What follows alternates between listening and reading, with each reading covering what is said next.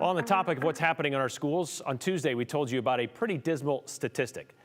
We know of at least 11 school board trustees throughout districts in Idaho that have recently resigned, not wanting to deal with it anymore. 5 of those came from the state's largest district, West Ada, with Amy Johnson making that decision on Monday. We've seen the superintendent and another trustee in the Nampa School District do the same last week. Well, Johnson cited threats she and her family received from members of the West Ada community as her reason for leaving. The others claiming pretty much the same thing. Well, now a group called West Ada Voters for Education, or WAVE, is coming together to try to bring civility and nonpartisanship back to the conversations happening within the school district. These days, though, that may be easier said than done. Here's Katya Stepovic. I think it has to go back to what the pandemic did to our community. And I think our community really, it took a hit. I mean, Idaho, ever since I got here 20 years ago, Idaho's been a really friendly, nice, kind community, and it's supported each other. And I think things have changed a little bit. Ed Klopfenstein, former chairman of the West Ada School District, who abruptly resigned in October of 2020 after dealing with protests, heated meetings, and recall efforts, says the pandemic created a level of distrust between the district and the community. Still, it's very demanding. And when you're trying to spend literally 20 hours a week on a position, plus also 40 or 50 hours in your job, plus also family, it burns you out. And so far, the pandemic has burned out 5 board members. Are you taken aback or surprised at all by the amount of trustees left from 2 years ago till now?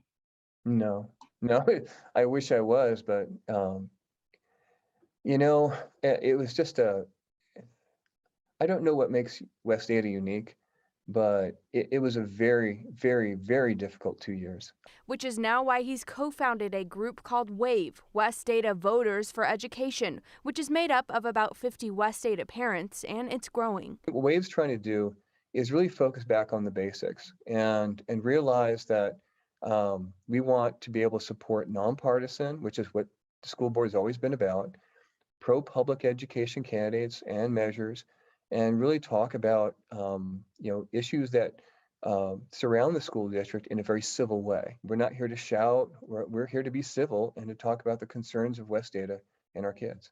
But how, in a time of heated debates and split opinions, do you have civil disagreements and discussions? We all have our personal perspectives. And so I think if we came together, maybe pull back a wee bit and then come together as a community and try to have a more insight, a more civil insight, a more focus on kindness to each other, I think we'll get a lot more done, frankly.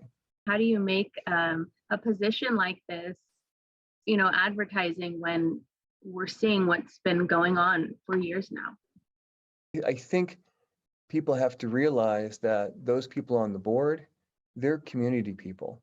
It's local, right? You're getting local people. You're not getting political experts. You're getting small business people. You're getting moms and dads.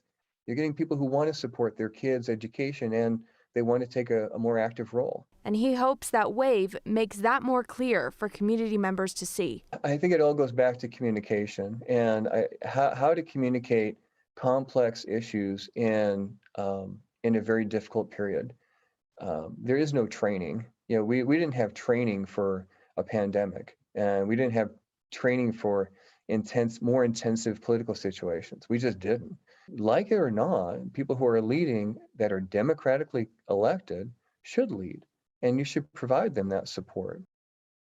Now, during West Ada's special board meeting scheduled tomorrow at 9:30 a.m., they will accept Amy Johnson's resignation, and not long after that, the search will begin for another board member. Brian.